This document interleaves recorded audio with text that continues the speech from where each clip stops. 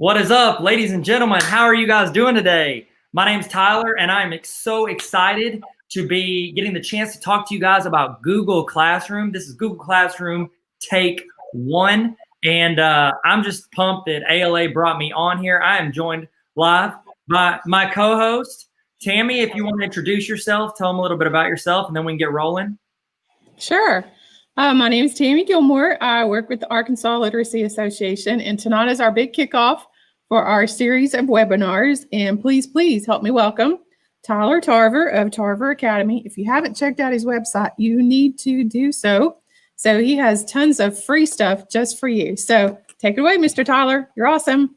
Thank you. Well, you're awesome too, Tammy, and you're so nice and so kind. And I always joke around, and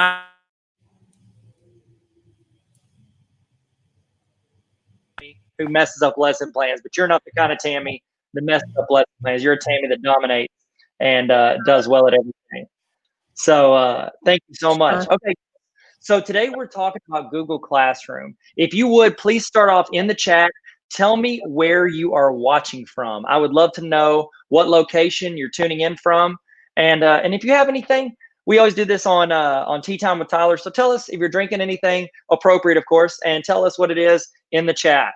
I'm drinking a coffee with a little bit of vanilla in it. So we're ready to roll. Okay, so if you want to join along with us, I have a short link for it, and you can see it on the link on the screen. It's bit.ly/G Classroom Take 1. And I'm going to toss that in the chat as well. If you want to click on that link, there's a ton of links in there. I would love if you guys would ask as many questions as you want, and we'll talk about it. We'll talk about everything Google Classroom, everything Google. My main thing is that I want to give you practical stuff that you can use in your classroom that can help make your life easier, help your students connect, communicate with you.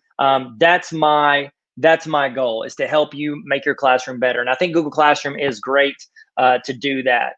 So just kicking it off, if you want, we're going to practice a little YouTube etiquette. Y'all ready? So underneath the video, hit the thumbs up button. There should be a thumbs up. If you'll hit that, that would be great. And then hit the red subscribe button. It's completely free. And I think it's Tammy approved, isn't it? She's on board with a good subscribe, aren't you? Thumbs up for a subscribe. Tammy's in there. I like it. Okay, sweet. So if you guys could hit the thumbs up and then subscribe, that's awesome. And then we're going to get rolling. Okay. Mr. Tyler, You're asking if you can turn on captions. Turn on captions. You can in Google Meet, but on this, I don't think you might be able to. Check underneath the video. There should be a CC under the settings. See if you can go in there. Let's go. This is going to be trippy because I'm going to see myself on here, but we can go try it. I want this to be a practical thing that we can go through together. So let me see if, here we are live. Let me turn my audio off because it's going to be trippy hearing myself. Back to myself. Okay, I already got it muted. All right, so underneath the video, you should see this gear. See that settings gear? If you click that, it looks like there is not an option for closed captioning. So no, we can't turn on closed captioning while it's live, but after this closes out, you will be able to see closed captioned on it. I'm so sorry, but that's a good thing. This is recorded, so at this same link, you'll be able to watch this whole video, rewind, everything that you want. So awesome. All right, cool. If you guys have any questions, any thoughts, anything at all, toss it in the chat, and Tammy's going to kind of be my moderator. And if you see anything good, Tammy, or any questions, throw that at me. Okay, so we're going to jump right in. Just to give a quick, Tammy gave me a great introduction, but I'm the dean of NLC College. I've been a high school math teacher. I was a principal of a school 6th through 12th grade that had in-person, had fully online, and then it had like a blended for some students as well. So what everybody's kind of going through, we started going through in 2013 when I was a principal. So I've gotten to make a lot of mistakes, but we also got to see some really cool successes. So if you have any questions related to anything virtual, I want to answer it. So throw it out there. Next, then after that, I went to central office and worked in central office as a director of curriculum instruction for a while. And then now I'm working at NLC College. I have a website with a ton of free resources. You guys please check them out. Use whatever you want. It's tarveracademy.com. So thank y'all. Now, Starting off, I always like to give resources right there at the beginning. That way that if like you tune out or like you can't stay, your kids are yelling in the other room, I always want you to be able to get those up front. That way you don't have to, you get those without like holding off the good stuff till the end. So I like to throw all that at the beginning. So I actually just finished making something called a Google Teacher Cheat Sheet. And this is something that I'm excited about. I took a bunch of tutorials and resources and I put it at tarveracademy.com/Google Teacher. If you just go to tarveracademy.com under Google, it says Teacher Cheat Sheet. But if you want, it's all on my website, or you can click here at the top and get a Google Doc of it. Or here's another thing, you can click here on this second link and it'll make a copy for you, and you can delete the stuff that you're like, you know what, my students don't need that. I want to add this. You can make a copy for yourself so that you can do literally anything you want with it, okay? These are for you. It's not for me to like get money on. I just want you guys to have this resource and use it in your class. Now, you scroll through, it's got all these resources for you. These are things you can make copies of. You got important links, YouTube stuff, channels I recommend on YouTube, and then tutorials for some of these Google products, which I'm sure none of you have ever seen any of these Google products. I'm kidding. We've all seen them, probably more than we'd ever want to. Now, this is another exciting one. I don't know if you saw this. Thank you, by the way. A couple of you guys said nice things about the resource. I was excited to put it out there. Now, some people are asking for stuff for students. I made a cheat sheet for students as well. It's tarveracademy.com/Google Student. Same thing. You can check out the doc here. You can make a copy of the doc because I've got stuff at the bottom. You're like, you know what? My students don't need this, or maybe that's geared towards high school and I want early education.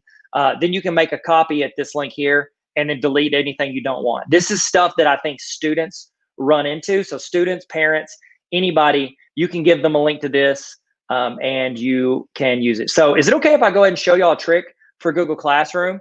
So I'm gonna go ahead and do that if that's cool with you guys. So let's say you want to use this resource and you wanna make it available for students. So what I'm gonna do is I'm gonna go up here to the top where the link is, and I'm going to highlight it and I'm going to copy it. So I'm going to copy that link.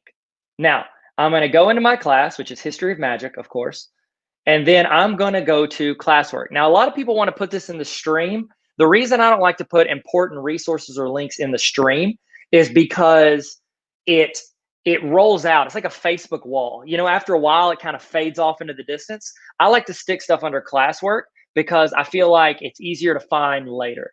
So if you click under Classwork, we're going to hit create. Now, remember, stream is like for announcements. Classwork is for anything that you want to hold the students accountable for. So you've got to attach a grade to it. It's stuff that you want to hold them accountable and make sure they do. So we're going to hit create and we're going to go down to material. Okay, so everything else up here is worth points. I'm going to go to material. This is where you would put your syllabus, links to resources, all of that. So my title here is going to be, we'll call it Google Help Videos, okay? Refer to these if you need assistance in, that's not how you spell assistance, in Google products. I'm going to spell that right because this goes forever, okay? Then I'm going to hit add, and I want to add a link because remember I copied that link to the website. I'm going to hit paste, add link. Now I could go in and I could add, if say you had your own, like you made a copy of one of my docs and you deleted some stuff, you could go in and click Google Drive and then add it directly. So let's see if I can find my Google resources in here. I think I have them. There we go. There's a skill checklist right there. Insert, boom. So I've got 2 sets of Google resources right there. Now, I want to sort this well. I need to pick which classes I can, and you guys, a lot of you guys know this. I don't want to be too basic, but this is take 1, so I'm allowed to be pretty basic.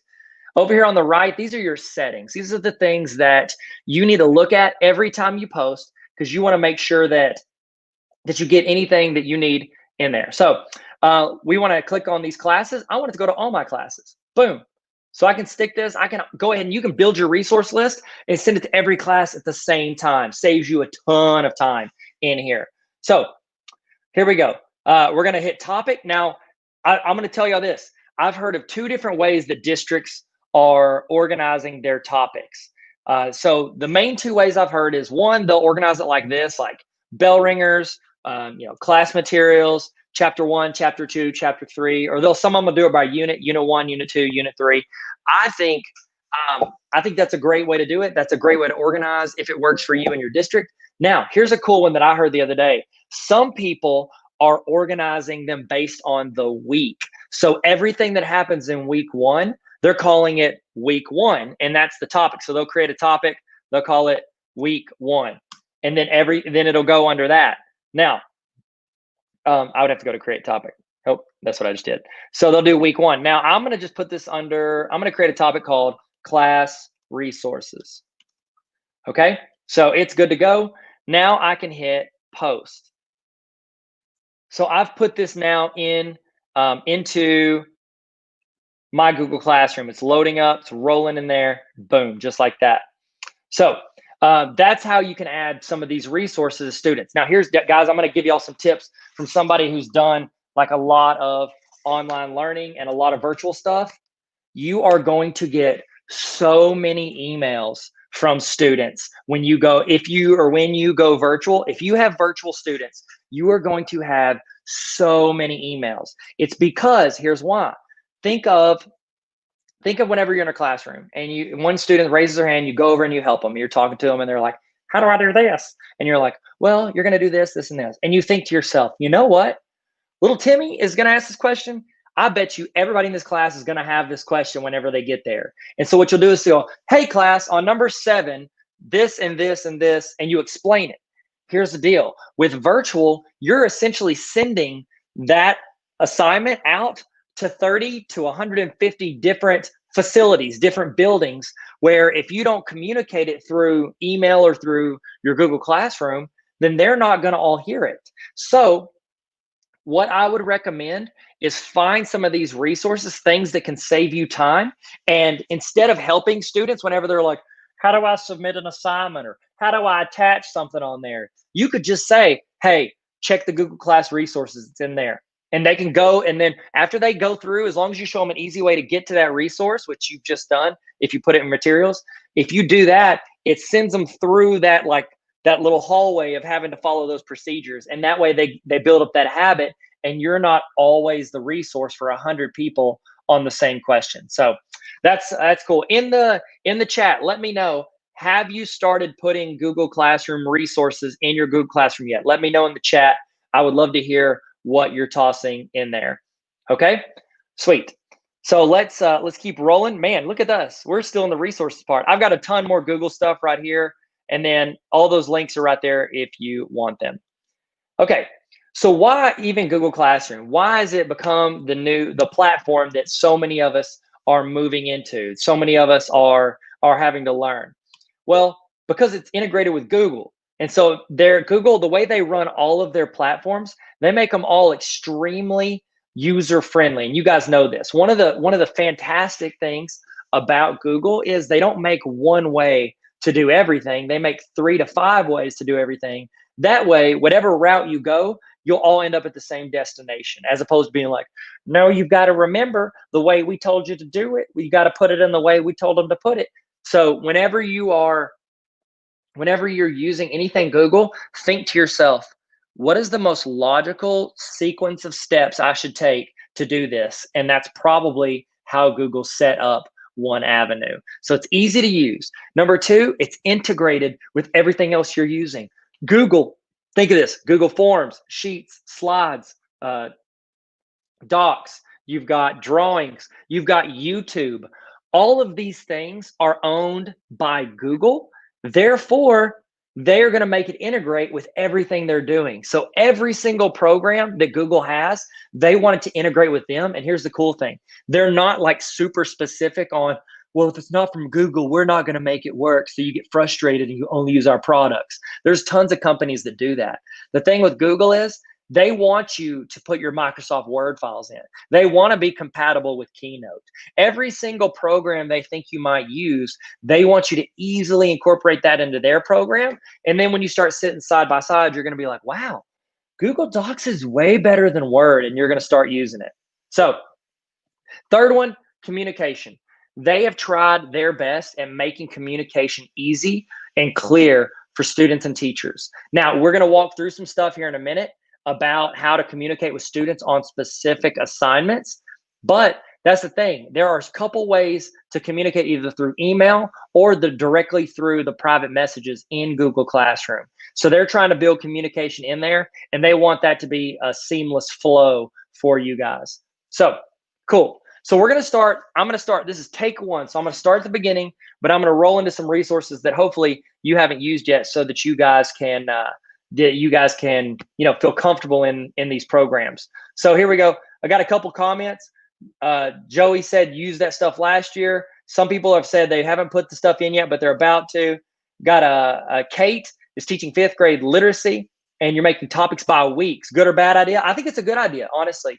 We talked earlier about how you do topics. Weeks is good, not only for you, but for the students. Whenever they are going in and trying to find stuff, like say I miss a whole week or I miss a couple days, I know that I'm behind on week 1 just because you released week 2. And so it's a good way to stay on top of it, besides, the assignments being late or anything like that. So Brandy, hey, what's up, Brandy? How you doing?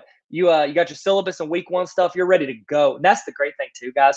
I love efficiency. Tammy, do you love efficiency? Give me a thumbs up if you love efficiency. Tammy loves efficiency. I know you guys do too. The thing with Google Classroom is you can schedule this stuff out and have it just going live without even having to think about it. You could schedule every assignment once you get what you want, lay it out for the entire week on like a Saturday afternoon, and then you're just really answering questions. If you play it right, questions and follow up on students that aren't checking in.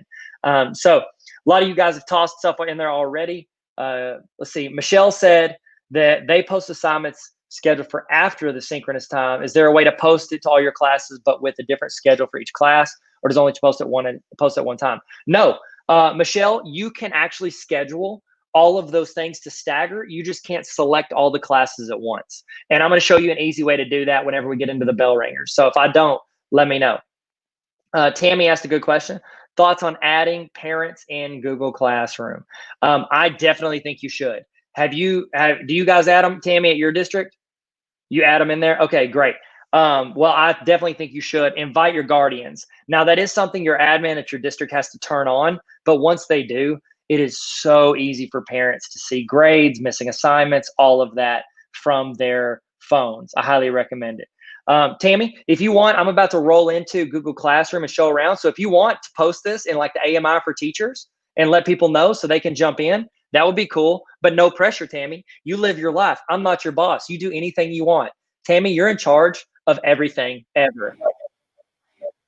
Be the boss, Tyler. No, Tammy, we're co-pilots on this magic carpet ride. So if you want, you can toss that link in the AMI for Teachers Facebook group, and we'll get some more people in here so we can help them with Google Classroom. If you want, no pressure. Okay, guys. So we're going to roll into Google Classroom. I've already created a class, obviously, because I'm a huge HP fan. It's called History of Magic. And so I've got 2 classes in here. One class has 4 students. You can probably guess who they are. So I'm in my Google Classroom. When you want to create a class, you need to look at the plus sign in the upper right-hand corner. Now, keep in mind, guys, this class is connected to your Google account. So I've got this attached to my Tarver Academy account. You need to keep it attached to your school account. If you're adding students from your school, you don't need to be logged into your personal Gmail account, because you have a lot more features when it comes to your school account. Now, that you guys, if you've been in any of my trainings I've done, whenever you do a YouTube channel, I always recommend your YouTube channel is on your personal Gmail. But when it comes to Classroom, you need to be signed in to your school account. So in the upper right-hand corner, we're going to click the plus sign, and we're going to create a class. Okay, so let's walk through this. Class name, we're just going to call this, let's see, I've got, we'll do Defense Against the Dark Arts, okay? Section, this is Protect Yourself. No, we'll call it an elective. That's not what goes in there. Section would be like section 5. So then we do subject is elective, and then room, and we'll say in the dungeon. See if I can spell dungeon right. Nailed it, first try. Okay, so one thing to keep in mind, if you're an administrator, say some of you guys are principals, it does not hurt to to tell all your teachers to label these the same way. If you're not like, so I work at a college. I'm added as a teacher in all of my teachers' class, like as a co-teacher in all of my teachers' classes. I don't do that to micromanage. I do that so I can efficiently run the school, check on student stuff without having to bug my teachers for stuff like, hey, Joe, what did so-and-so do and this and this and this? It allows me to have access where I don't have to bother my teachers if I need to check on something. And so I'm added as a co-teacher. Now, when I first added all those teachers into those classes this semester, it was all over the place. Everybody labeled them and titled them all these rando things. I was like, no, I'm going to change this. So I went in and changed it to make it look the same. So check with your principal and see if there's a certain way they want you to name these classes if they're tagged on them. If they're not, just do whatever you want. But you should probably have a system or else you're going to drive yourself crazy. So I'm going to hit create. Boom. Then it is going to create that class. And here we go. Okay, so look at this. Let's look up in the upper left-hand corner. I want to show you a couple things that are important. Okay, so here's my class title. Underneath it, I have my class code. This is how I'm going to add these students to the class. So there's a couple, like I said earlier with Google, there's a couple ways to add students to anything. And so with this, they wanted like one way to do it. And this is honestly, I only use this route if I have 30 students in front of me in person. I will say, all right, class, everybody go and sign into this in Google Classroom. And they're like, where do we go to sign into that? Say classroom.google.com. Every location for everything Google is whatever it is, .google.com. Classroom.google.com, drive.google.com. What else? Jamboard.google.com. It's all right there. So this is the class code that they need to use to sign in. Now, the other way to do that is you can go to people and I could add students. So I can click up here on this little human, see this over to the right, click the little human with the plus sign, and I can start typing a name. So boom, I can add Harry, invite him to class. Now I can add multiple students. I could add, so add her, and then we can add Ron Weasley, add him, boom. So that's how you can add students to your class. Now, if you've got students in person, guys, I would just recommend hit this class code, boom. Hey, everybody sign into this. It's way easier on you. If not, if like say your students are virtual, you should probably invite them this route, okay? And then I can see that they're invited. They haven't joined the class yet. This is also the location where you would add any co-teachers. So let's say I want to add a teacher. I could say, hey, let's, nope, there's nobody. I could add, oh no, I'll add Headmaster Albus Dumbledore. And so I can invite him as a co-teacher. Boom. So that's how you invite people, is through there, or you can tell your students to go to the code here. Now, I don't know if you guys knew this, but over the summer, they added a feature. Did anybody tell me in the chat, when in March or April, whenever you went virtual, did you use Google Meet or did you use Zoom? Tell me in the chat. I want to hear what you did in the chat. Zoom or Google Meet? Tammy, are you team Google Meet or team Zoom? Which one are you? You gotta take that mic off. Sorry, I had a parent come in. I am Google Meet. Google Meet. Tammy's team Google Meet. That's my girl. That's May I say this too? I live where we get poor internet, and I get better reception with Google Meet than Zoom. Sorry, I just swallowed my coffee. No, I'm sorry you got choked up about that. I did. Okay. It just means so much to me, Tammy. By the way, guys, I know. Hey, let me know in the chat if we should do a Tyler and Tammy podcast on education. I think it's going to happen. I'm trying to talk Tammy into doing a podcast with me. Tell me the name of our podcast. Okay, good. We got a lot of people that some that went Zoom, but everybody wants to be Google Meet. Thank you, guys. Seriously, Google Meet is, and this is what I say about all the Google stuff. So like, I guess it was 6 or 7 years ago when Google Classroom came out, they kind of like, they had a plan for September to release, and all the teachers in August were like, hey, Google, we start class in August, so how about you roll it out right now? So they pushed it a little early, and it was super basic. It had like one wall, it was announcement, and it was assignment. That was it. That was all they had. Now, my teachers, I was sitting there meeting with them. I remember standing in the middle school, and I was talking to them. They were like, should we use Edmodo or should we use Google Classroom? I go, guys, here's the deal. I know right now that Edmodo has more features, but I guarantee you this, Google will take what they have now and they are going to keep adding features until it is better. And now tell me this, how many of y'all out there using Edmodo? Right around none of you. So Google Classroom, Google always wins. Keep that in mind. So if you're going to pick two programs, I'd go ahead and start on Google Meet, even though it might not have breakout rooms or whatever it is, to be on Google Meet because Google is going to add whatever features you're thinking to yourself that you want. And actually, they've already announced that they are rolling out rooms. They're also adding grid view for up to 49 people at the same time. So I know some of you guys got the Google Grid View add-on, and I think I've got a link to that video. I've got a video and a link to it. If you ever want that, just let me know. Holla at your boy. And so whenever you go in, you can add that add-on and have all the grid view, but Google's adding it up to 49 people. So they're rolling out a ton of features this semester on that. I know rooms, they didn't give an exact date, but they did say it is like in their next like chunk of additions, in which that means they've developed it. They're about to start tossing them in. So I would probably see them start slow rolling out to districts in the next month. That's my guess. That's usually how Google does it.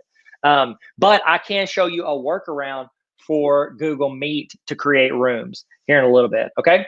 So here we go. So we're back in Classroom, and I'm going to go back to my classes. Now remember, in the upper left-hand corner, that's kind of like your navigation bar. It looks like a cheap Adidas sign, 3 lines. So we're going to click on that, and we're going to go to Classes. Now I'm going to be in my History of Magic class, and let's say I want to add some classwork. So I'm going to go over here to Classwork. Oh, I didn't show you this. I'm so sorry. I got ahead of myself because I was so hype about Google Meet. They added this feature. Do y'all see that underneath here? It built in a Google Meet link directly in your classroom. So every class you create, it generates a like an individual Google Meet just for that class that is only accessible by students who you have added to that class. Now, here's one of the issues with Google Meet is that teachers were upset that students could chill in the room after they left. So I remember my son, he was in my office in his 3rd grade class, and they were all doing a big meet, and the teacher left, and he's like a big time rule follower. And so I walk in to check on him. He's just like sitting here like this. And there's like 8 little 3rd grade girls on there just like talking and showing their cats on screen. And he's just like looking at me like, hey, Dad, can I please leave now? And I look on it, and the teacher had left, and they're all just like chatting about like whatever pet they had in front of them. So that is actually one of the things that Google is rolling out as well in a month or two, is the ability to turn off a Google Meet when the teacher leaves the room. So that's actually something being rolled out if it hasn't been rolled out already. So here we go. I'm going to turn this generate meet link on. It's going to say, do you want to turn it on? I'm going to say, generate that link, move that bus. Now, here's an option, guys. Look at this. I've got the meet link and I can copy it, but also I can make it to where it's not visible to students. So you could only make it visible at times that you wanted them to get in, and then you could turn it off. But then again, Google is rolling out that option where it's not going to be visible all the time. Yes, there is a waiting room. So they do have a waiting room. Dana asked that. I've done some meets and they have a waiting room, and you got to get approved to get in. I don't know if that's across different, because I did it with people that had different email addresses, like outside of my domain. But I think that here's what I think, Dana. If someone tries to get into your classroom, like a student or a teacher, that is not shared with the class, I think it'll ask, do you want to admit or deny them? But if they're enrolled in the class, it'll automatically do that. Guys, in the chat, if I'm wrong and you've done it, let me know, okay? But I'm pretty sure that's what's up. So I can make it visible to students, and I can hit save. There you go. Now you'll have your meet link right here. It's super convenient, and you don't have to go create one every time. You don't have to post like 100 of these in the announcements, okay? So here's the deal. I don't use announcements just a whole tremendous amount. I use that if I need to tell them like quick, like, hey guys, do this. Hey, don't do this, or forget that assignment or whatever. I'll throw it in the announcements, but most everything I do is under classwork because I want to hold students accountable. Remember, classwork makes you accountable. Okay, so I want to show you, I always like to start with what is the most important thing. Tyler, if you could give me one piece of advice on Google Classroom as I'm completing my classes this year. My number one thing that I recommend, be organized. Be as organized as you can this year with Google Classroom, because here's the deal. You're probably going to be using it next year. And the more organized you are, the easier it is for you to reuse assignments from previous years. Okay. So be organized. You could do 1.1, 1.2. So like some people, I know they do this. They'll do for anything that happens on like the week 1, they'll do it 1 dot, and then Monday is 1, Tuesday is 2, Wednesday is 3, 4, and 5. So you could have 1.1 all the way through 1.5, and that's Monday through Friday. Some people split it up by like review, classwork, homework, resources, all that. You need to organize it in a way that is best for you and keep it consistent. I think Tammy said that in the chat. Keep it consistent. That's right, Tammy. And I recommend if you build out a spreadsheet on your own in Google Sheets, that's not a bad option, especially if you have like another teacher that teaches the same subject, but is like teaches down the hall or whatever, then you need to match those two up. Okay? Cool. So let's go to the next one. Here's an example curriculum map. It's exactly what I was talking about with regards to teaching, and keeping it organized whenever it comes to spreadsheets and laying out what you're doing. I like this curriculum map that I made because I make it the hub for every link that I do for that entire class. So whatever you're doing, be consistent, be organized. I promise you, if you are organized, however organized you are this year, the you 1 year from now is either you're going to love or hate you. So please be organized so that you love yourself from a year from now. Okay, awesome. Okay, now I want to show you a next level feature in here. So let's go in and let's create an assignment. I'm going to go to create under the classwork, and I'm going to hit an assignment. Okay, so what I want to do, I'll call it let's say it's week 2 and it's Wednesday, so we'll do 2.3, and we're going to say this is slope intercept formula.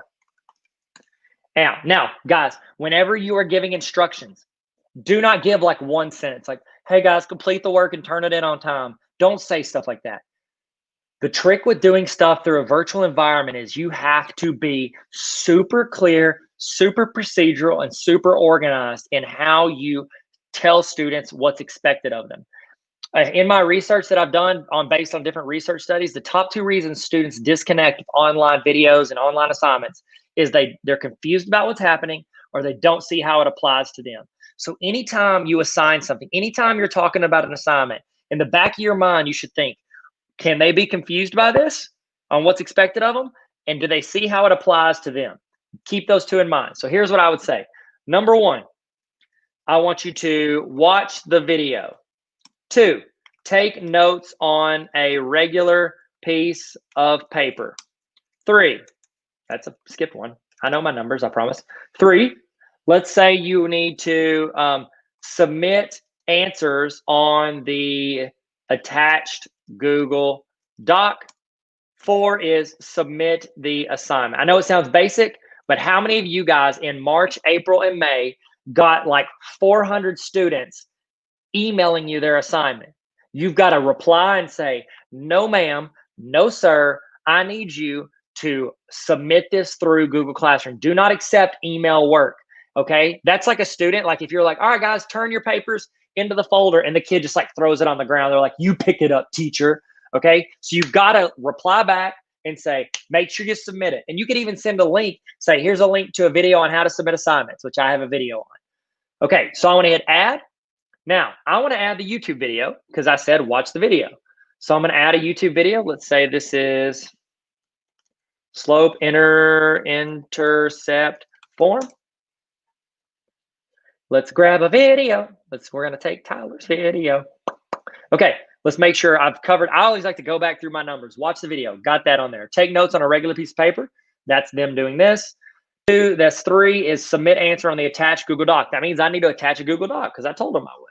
So I'm going to hit add, Google Drive, and I can pull it from Google Drive. I always like to save stuff like this under template. So let's see if I have a template in here for this. Boom, got it. It's my Hamilton. Oh, we're going to do this one. Template, 3 questions, insert. Now, what you could do, guys, I like to build out different templates for different situations. So if I went in and made like a specific template in a Google Doc for this assignment, that's great, but it only serves me with this assignment. You can go in and make Google Doc templates based on normal stuff that you like assign. So I would do like a 2-question template, 3-question template, 10-question template, 20-question template with different boxes. And I can actually click to see what I did. So this is the template I made. It was 3 questions. That's this ugly template, but I did some, looks like I made some tables in there. And they can go in and change it. Okay, Christy asked, let me look, I'm gonna make sure I answer the questions. Christy said, will Google come out with a submit button on their copy that they got from an attack? No, because Google wants them to review more than one thing that they need to complete. So they want them to get in the habit of attaching the doc or maybe a photo or, you know, whatever it is. They want to be able to attach that and then submit it. It's like, it feels like 2 steps, but it's not. It's like the piece of paper is the doc they're working on, and then Google Classroom is their handing it to your hand. So Google Doc is what they're doing the work on. The Google Classroom is the delivery system. So great question. Sherry said, our students do not have access to YouTube videos at school. You need to tell your superintendent to open up YouTube. It's the greatest educational resource in the history of education. And it says, what is the easiest way to convert YouTube videos to post them on Google Classroom so students have access? Well, you could, if the owner of the YouTube video is okay with it, you can download the video from YouTube. Just search like download videos from YouTube and upload it to Google Drive and then share that with your students. Now, granted, that might break some copyright rules depending on whoever the YouTube person is. What I would recommend, if you find a YouTuber you like, try to get a hold of them either through social media or email. Most of them have contact information on YouTube. Try to get a hold of them and ask them, say, hey, we're not allowed to show YouTube videos. Would it be okay for me to download your videos and upload them into Google Drive for my class and I won't publish them to the internet? Most of them will say yes. Like if you ask me, I'll say, yeah, go for it. I'll probably even have it in a Google Drive. I'll just give you the Google Drive link, Sherry. So if you tell me what it is you want, if I got it, you can have it. So great question. Great question. Now, I've attached all that. I've been very clear with my instructions. So now I want to choose this stuff. So which classes is it for? I'm going to say just history of magic. Now, did you guys know this? I can actually go in and choose which students get it. So like say I don't want Hermione, she doesn't need it. She's super smart. Harry needs it because he skipped class. And then Draco needs it because he's going to get in. Ron, there's no chance for Ron. So I'm only submitting it to 2 students. Or I could say all students. I have those options. Then I'm going to say how many points it is. Let's say it's worth 10 points. Due date. This is very important. You need to mark a due date. Remember, this integrates directly with their Google Calendar. So I'm going to say it's due tomorrow. I can choose the time if I want. I'll probably just make it the end of the day. You can also choose the topic. We'll say this, let's do the week 1 topic you guys talked about. Week 1. Nope, it's week 2 because I labeled it 2.3. See, that's a really good organization. 3 assignments with originality reports left. So originality reports, unless your district signs up for it, you only get a certain amount of plagiarism checks. I'm going to hit assign. Boom. Dear superintendent, please chat with Tyler. Most of them, if they want to hear the truth, tell me because I will straight tell a superintendent the truth. They should not be using Microsoft. Get to Google because it's better. And the second thing is unlock YouTube. And they're like, well, if a kid watches something they shouldn't. What if a kid walks into a classroom and just says a cuss word? What are you going to do? You can't prevent that. If they do it, you find it, you treat it like it's a handbook break, and then they get disciplined for it. That's how you teach kids to get better and more responsible. That's how you do it. Okay. Melissa said, I want to post to multiple classes. Can I choose individual students or is that only available in one? It's only available in one class, Melissa. So you can post to multiple classes at one time. But if you do that, you can't schedule, which I know it sounds ridiculous. I promise I think Google's going to fix that as soon as they realize I'm not a programmer, so I guess it's a lot of work. But if you select multiple classes at once, it loses the option to schedule and it loses the option to select specific kids. So great question, Melissa. Okay, sweet. So we just assigned it. It's ready to roll. Now, how many of you guys in the chat tell me if you do bell ringers in your class? I want to use this as an example for one of my next things I want to show you. So let me know, do you guys do any bell ringers in your virtual or in-person class? Tammy, thumbs up, thumbs down. Do you do bell ringers? Do you do Bellringers? Yeah, Tammy uses Bellringers. Tammy's A game. Don't forget it. Tammy's the best. Tyler and Tammy podcast coming 2021. I'm excited. Tyler and Tammy in the morning. We're just talking. We're just drinking coffee. We're talking about education. Hey, teachers. Tyler and Tammy in the morning. We're talking education. Okay. Brandy Davis using my vids. That's what's up. Brandy Davis.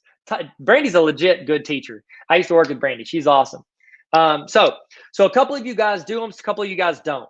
I want to kind of show you how you can do that virtually, where that can be virtual delivery through Classroom for in-person students. You can do it where it's on the board and everybody can watch the same video, which is a good way to get your class quiet. You guys know when you play a movie, kids get quiet. That's human nature.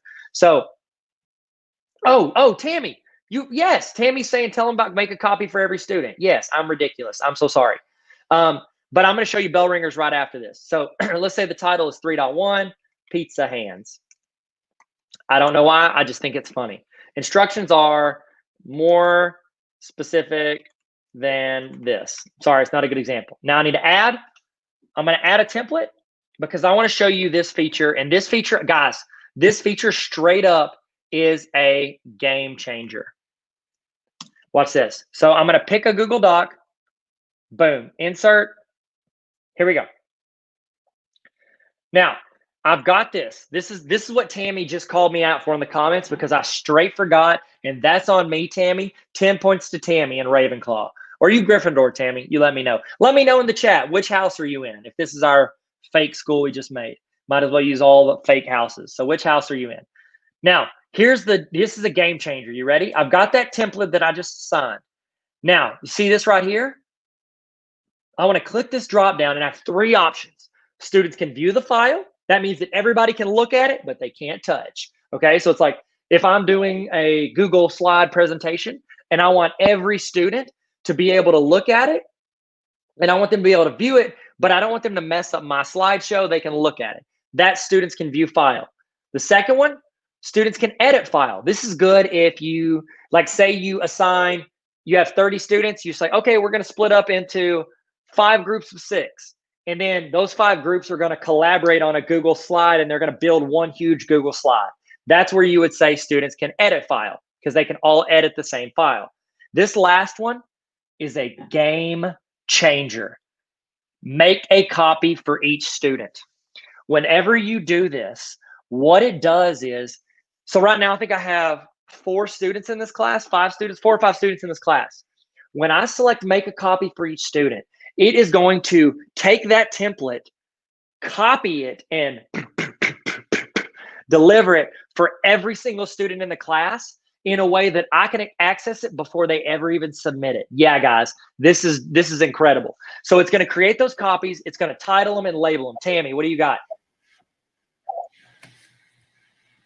But if they don't do it right then and they want to come back in later and do it, remember, it doesn't give them that That's why option. Very good. Tammy brought up a really good point. So when I was going through and I showed you the first time how to submit an assignment, and then I hit assign, and then Tammy was like, hey, tell them about make a copy for each student. You'll notice I didn't go in and edit that previous thing that I just did. You know why? Because if you assign it before you select this, then you can't go back. You're going to need to delete the assignment and then go in and create it again. Or you could probably reuse post and then go delete the old post. That's what I would do. Okay, and then when you make a copy for each student, I want to assign it to all students. Boom, assign. Now, I don't remember if it automatically creates the copy or if it waits until the student opens the assignment, but I can check. So do you guys know how to get to Google Classroom files from your drive? I'm going to show you. So you click on Google Drive. Anytime you create a class, it automatically goes into a folder called Classroom. So let's find that folder. Here it is, right? I think I passed it. There it is, Classroom. It generates it for you. Anytime you create a class, it creates a folder for that class. Then I can go in there. No, so let me see. Hold up. Was that the class I did that in? No, I did it in History of Magic, which is under this one. Boom. Okay, Pizza Hands, that's the assignment I just made. Boom, see, it already created it. So here's the cool thing. If you select make a copy automatically for each student, you'll be able to go in and see if students are actually making progress before they submit it. So I could go in and I could be like, okay, let me check out Draco. And I'm looking at it and I don't see any work and it's due tomorrow. I can reach out to Draco. I can just click on this. Okay. I can select I can go here. I can hit copy or comment. I can tag Draco on there. And I can say, do your work, bro. And I can assign it to him and it'll email him. Then I can call his parents if I need to. I can contact him any way I want because I can see that he has not started yet. Eva said, question, if you do a digital interactive notebook, can you view it as they do, or do they have to submit it every step of the way? How does that work? It depends on how you give them the notebook. So if by digital interactive notebook, you're talking about, if you're talking about, like I'm going to create a Google slide and then they start putting stuff that they're creating in there as like a digital notebook throughout the whole year, then you can view it as they do it as long as you submit it, you give a template and you select assign to make a copy for each student. And then yes, so you could create a digital notebook the first day of school, you could assign it to every student and then you could put the due date as the last day of class. And then students could go in and create it and build it. Now, if you just like put it in the materials and you say, hey, make a copy of this, you won't have access unless they share it with you. So great question. Awesome. Thank you, Tammy. Tammy with the assist. Good job, Tammy. Okay, so we've talked about this. Now, I want to talk about Bellringers. Is that cool with you guys? So I want to talk about Bellringers, and this is something you can do in person or you can do it virtually or both, because I know a lot of you guys are having to do hybrid classes. Let me know in the chat, are you doing fully online, fully in person, or are you doing a hybrid system where it's like some online, some in person? Let me know in the chat. So, Tammy, I thought you left, so I pulled you out of the class, but you're back in it now. You're back in the game. Okay, so let's go in and let's look at Bellringers. Here's why I really like Bellringers for virtual classes, because they serve a lot of purposes. Normally, we do Bellringers, we like write a question on the board and everybody is gonna be like, they come into class, the bell rings and they start working the problem. We do that because it gives us time as teachers to take roll, email who's absent to the secretary. We can pass out assignments to people that missed the day before. It gives us like anywhere from 2 to 5 minutes at the very beginning of class where students are working, so it's not wasted time, but it gives us time to do administrative stuff. Now, I think you should still do them for similar but different reasons. Check this out. You could go in and you guys, if you've been anything I've done, I've talked about Bellringers all summer, but I want to show this in case you haven't, or maybe refresh your brain, okay? So I actually have a resource of, if you're math, I've got math Bellringers of me doing a problem of the day, and I do it like, hey students, you're watching this problem online, pause it right here, work the problem, and then we'll work it together. So I tailored around me working the problem with the students. Now, not all of you guys teach math. So I was like, well, what's something I could do that would help teachers? If you go to tarveracademy.com and you go to Bellringers, click on quote of the day. From here, what I've done is I've built out 180. I think I go down to, I've got to put the links on here, but don't worry, like you're not going to post 128 Bellringers before I upload those. So I'm going to have 180 quote of the day videos for you to use through your year. What you would do is you want to do this Bellringer for multiple reasons. You want to create discussion. So you want to get people to start. So it's like me asking you guys to say stuff in the chat. This gets your students started on the conversation. Number two, if you do a quote of the day, it's more of like an opinion talk. And so you want them to apply it to themselves, which means they can't copy paste because it needs to be a personal application. Those are the best kinds of questions to ask students online so that they can't copy paste. It needs to be personal application because it needs to come from them. It needs to be applied to their life. Now, the other thing you can do with Bellringers, you can do Bellringers to take roll. And I'm going to show you how to set that up because I think they're rolling out an attendance system in Google Classroom. I know there are add-ons called like Google Attendance, but you could not do that and just do Bellringers and make that your attendance because it's attached to a grade. Here's what you do. So first thing on tarveracademy.com under quote Bellringers quote of the day, I've actually got an example what you can ask them. So I'm going to select this and I'm going to copy it. Now, I'm going to go to Google Classroom and I'm going to hit create assignment. Now, when you title Bellringers, this is how I recommend titling them. And remember, if you do like a, week 1, 2 is Tuesday, you can do that. Or you could say week 1, Tuesday, bell ringer. Okay. And then you can just paste the instructions that I gave you. Hello, class. Watch today's video for quote of the day. And in the comments of this post, give your thoughts on the quote and how it applies to you. Do you agree or disagree with Tyler? Make sure to reply to at least one classmate. Keep it kind in the comments. Pretty straightforward instructions, I believe. So here's what you do. You need to add the video to this bell ringer. I click add. You can go to YouTube.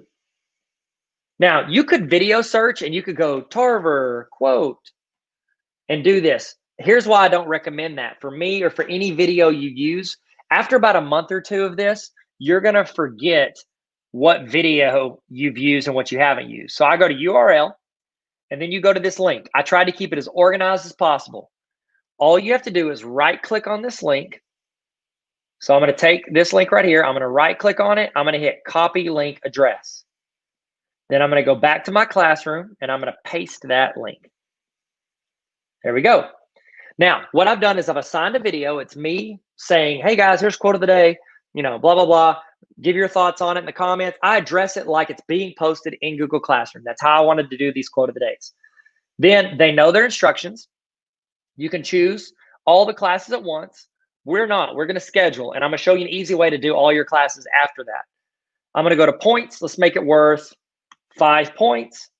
Now, here's where you can turn it into an attendance thing.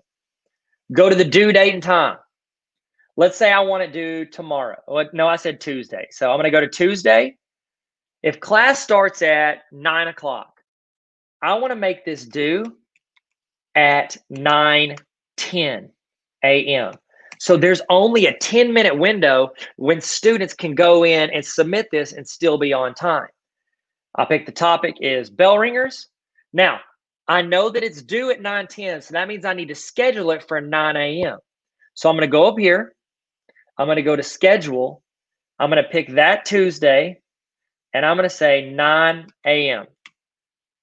Not 89 a.m. That doesn't make sense. And when I schedule this, now it's going live at 9. It's closing at 9:10. You'll know that students that are there or not because they have 10 full minutes to go and do the assignment. It adds haste to the assignment, which motivates them to do the work or not. And then you can call parents and call students to get them working if they're not doing what they need to be doing. Now, here's the thing you're thinking. You're thinking, Tyler, that's a lot of work because now I have to assign that to 4 more classes, but I didn't, because you can't schedule more than 1 class at one time. Nay, watch this. Go to create, reuse post. You can not only reuse posts from a year ago, you can reuse posts that you just assigned literally seconds ago. So as soon as this uploads, okay, yeah, guys, think of your questions, start asking them. After I get done showing you this reuse post, I want to answer every question you have until we run out of time in 5 minutes. So ask your questions. I'll answer as many as I can. Still waiting on it to load. Come on, little buddy. You can do it. Yours will load faster because you have great internet, and I'm streaming this video, so it's moving a little slow. But what you would do is I clicked reuse post, and I can go in and I can find that class assignment that I just posted for another class, and I can reuse that for a different class. So it's really quick and easy to go in and post it and schedule for one. Then you grab it, pull it in, and then all you're doing is you're selecting the due time and date, and then the start time and date. So it's really easy to go in and schedule it for 4 or 5 classes at once. Now, if you guys go fully virtual and say you have 5 sections of geometry, you might just look at just combining all those geometry sections into one geometry class. That way you're only assigning at one time. Okay? Yes. Anna, this will be available to rewatch at the exact same link that you're on now. So it will be available. You can rewind. You can do anything you need to with that. It's still loading. I give up. But here's the other cool thing. So yours will load better. When you hit reuse post, you can do that because you've already put your instructions. You've got a video, all that. You can reuse a bell ringer. Monday, I can go Tuesday, reuse. schedule, change out the video. All the instructions stay the same. You notice I wasn't specific with the instructions. I didn't put the quote in the title. I could just go in and change the day. I can change the video, then I schedule it. You could schedule Bellringers to go out for all like the upcoming week in like literally 10 minutes once you get your first one done. So use that to your advantage. Okay, my reuse post isn't working. It's taking its dear sweet time. But I want to show you this. This is where you can look at all of your assignments. If you ever need to go and know where to check, go to the 3 lines and it'll tell you what you need to review. So I can go to 2 review and I can see this was assigned to 4 people. I could click on it and I can go in and see all of their progress on these. None of them have turned it in. I would select everybody and I would hit this and I would email all these students at once. Now, look where it puts their email addresses. It automatically puts their email addresses under a BCC. That stands for blind carbon copy, which means that they cannot see who else was added to this. So they can't see each other's names. I can say, do your homework or you gonna fail. Hermione's not gonna like this. Hit send, boom.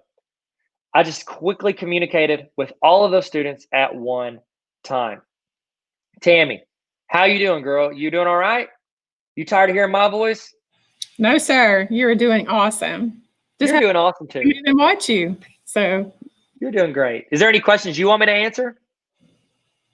I think we need to start reminding them that you will be back in about a month. I'm gonna be back in September. Yes. So when is it? What day? Second webinar. So any last questions, pop them in the chat box real fast. Hurry. Pop those questions in. I'm using, just in case you're wondering, I'm using a website called StreamYard, StreamYard. I like it because it goes straight into YouTube, but also I can show my screen really easily, and I really like that feature. And so that's an option for you guys. If you're doing virtual, you can do it through this. That way students at home can see what's being presented on your screen as opposed to just the people in class. Thank you, Kelly, for saying great. You're great. You're great, Kelly. Kelly's great, isn't she, Tammy? She is awesome. I've always said that about Kelly. Right before we started, I was just telling Tammy, I was like, Tammy, Kelly's great. She's nice. Yeah. I like Kelly Hogan. Kelly's also president of our Arkansas Literacy Association. Real? Are you serious? I'm very serious. I didn't know that, but I'm excited we're here. Yay. I picked a good person to call out and brag about, didn't I? Thanks for having me, Kelly. Yeah. I appreciate you. Yes, we didn't even set that one up. Okay, you got a question right there.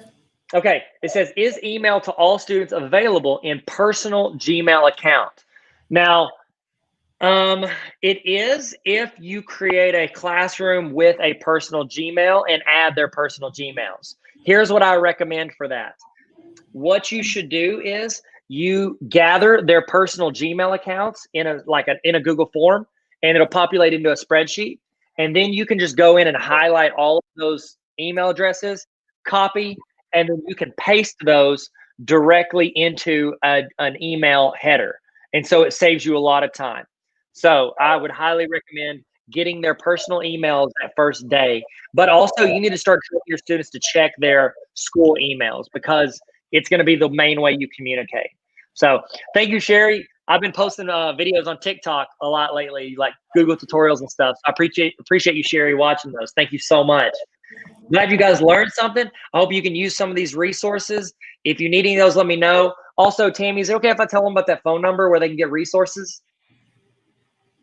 That one that I've been sending, we've actually been texting on it for this. Yeah, yes. Okay, so the website, this is a free phone number if you want. If you text teacher to this number, whenever I make a new resource, I like to send it out to this group and let them have it. Actually, when I created the Google student cheat sheet for students, I sent it out to this group first. And I was like, hey guys, I just made this. I haven't released it yet. Do you have any thoughts or opinions? And I had like 20 or 30 people give me some really good thoughts and opinions on it. And I was able to incorporate that in there. So it's a really, really great way for you to connect with me. I can throw you stuff, but then you can also communicate with me and ask me questions on the fly. So Tammy, we did it. Look at us. Look at, oh, you want to tell them? I can tell them about Patreon. I would love to. Do it. Hurry. Okay, cool. Patreon, it's a website where I've got a couple, almost all my resources I put free, so it's like hard for me to talk about this one. But if you want to check out patreon.com, it's a good way to help me support me in making all these free resources. You don't have to. I still want you to use them no matter what. But if you're feeling it, if you're feeling crazy, go for it. That would be really, really cool of you. But again, no pressure. I'm just happy you're here. And I'm happy to save you time and help you. Tammy, I just want you to know, I think you're fantastic. And I really enjoy every time we have an interaction together. Great. Mr. Tyler, I think you're terrific. And thank you for joining us. And we'll see you in September. Are you muted? Because it looks like you're talking. No, I was just listening to you. You were doing great. All right. You guys stay safe and come back and see us and check out tarveracademy.com. Thank you guys so much. Thank you, ALA, for having me. Thank you. See you next Bye, month. you guys.